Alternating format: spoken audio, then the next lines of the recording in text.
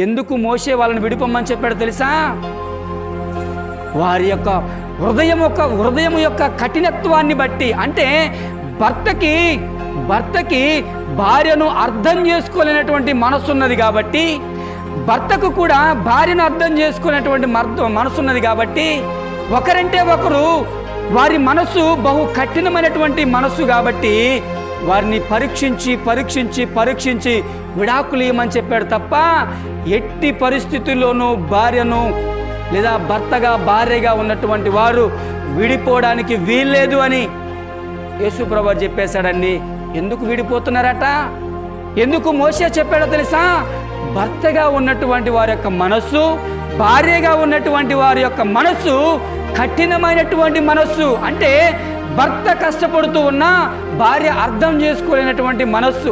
భర్తకి జ్వరం వచ్చినా, అనారోగ్య పరిస్థితులు వచ్చినా అర్థం చేసుకోలేనటువంటి కఠినమైనటువంటి మనస్సు. అలాగే భార్య ఇబ్బందులు పడుతూ ఉన్నప్పుడు భర్త చూస్తూ వెళ్ళిపోయేటటువంటి మనస్సు అట కఠినమైనటువంటి మనస్సు. కనికరము లేనటువంటి మనస్సు భర్తది ఉన్నదట, కనికరము లేనటువంటి మనస్సు భార్యది ఉన్నదట. ఇలాంటి కనికరమైనటువంటి లేదా కఠినమైనటువంటి మనస్సు వాళ్ళకు ఉన్నది కాబట్టే వారి ప్రవర్తన మోషేకు నచ్చలేదు. కాబట్టి మోషేను వారిని పరీక్షించి అయ్యా మీ బాధ నేనే చూడలేకపోతున్నానయ్యా, ఇంత కఠినమైనటువంటి మనస్సా మీది? ఒక భార్య నిన్ను చేసుకున్నటువంటి లేదా నిన్ను కట్టుకున్నటువంటి భార్య బాధపడుతుంటే చూడలేనటువంటి కఠినాత్ముడు నువ్వు. అలాగే నీ భర్త కూడా కష్టపడుతూ బాధపడుతూ ఉన్నప్పుడు నీ భర్తను అర్థం చేసుకున్నటువంటి కఠినమైనటువంటి మనస్సు. కాబట్టి మోషే ఏం చేశాడో తెలుసా? మీరిద్దరూ కూడా విడాకులు తీసుకొచ్చని మోషే చెప్పాడు, కానీ యేసుప్రభువు చెప్పేశాడండి. ఏమని తెలుసా? భార్యగా భర్తగా ఉన్నటువంటి వారి మధ్యలో అద్భుతమైనటువంటి ప్రేమ ఉంది. నువ్వు మంచి మనిషివి గనక అయితే, నువ్వు అర్థం చేసుకునేటటువంటి మనిషివి గనక అయితే, నీ భార్యను అర్థం చేసుకునేటువంటి మనసు గనక అయితే, భార్య భర్తలు ఇద్దరు కలిసి ఉంటున్నటువంటి విధానాన్ని బట్టి నిన్ను కన్నటువంటి తల్లులు తండ్రులు సంతోషపడతారు.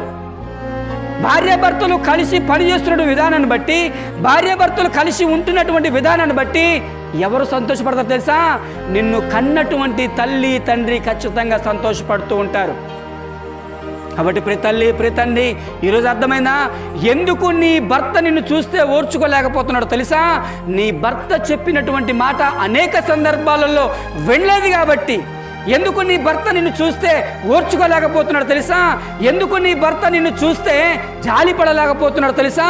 నువ్వు ఒక గద్దరు వ్యక్తివని, నువ్వు చెప్పిన మాట విన్నటువంటి వ్యక్తివని, నువ్వెంత చెప్పినా కూడా అర్థం చేసుకునేటువంటి మనసు నీకు లేదని, నీ మనసు కఠినమైనటువంటి మనసు కాబట్టే నీ భర్త నిన్ను అర్థం చేసుకోలేకపోతా ఉన్నాడు. అందుకనే మోషే చెప్పేశాడండి.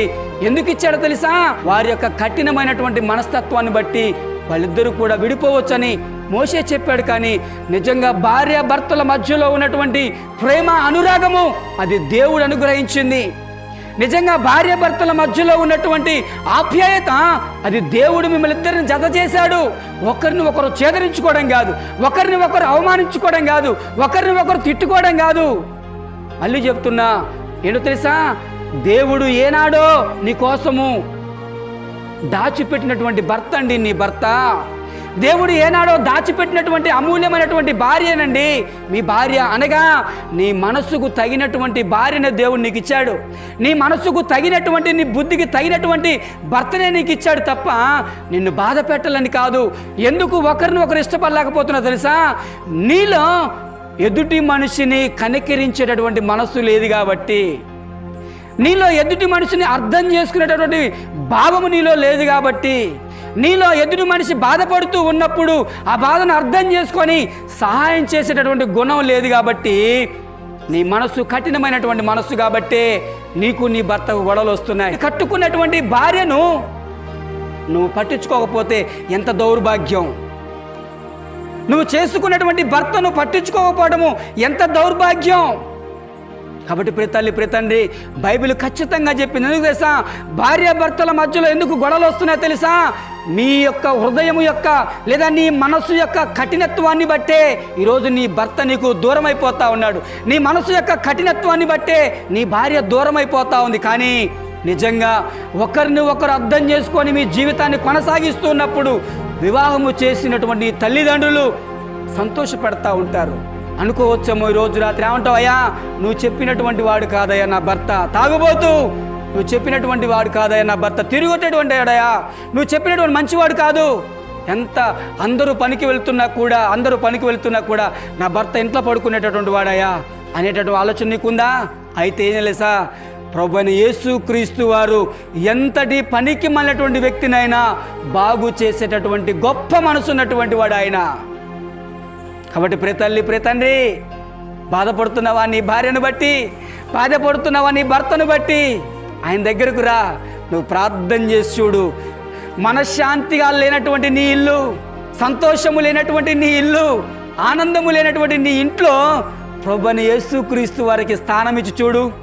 ప్రభువైన యేసుక్రీస్తు వారికి ప్రార్థన చేసి చూడు.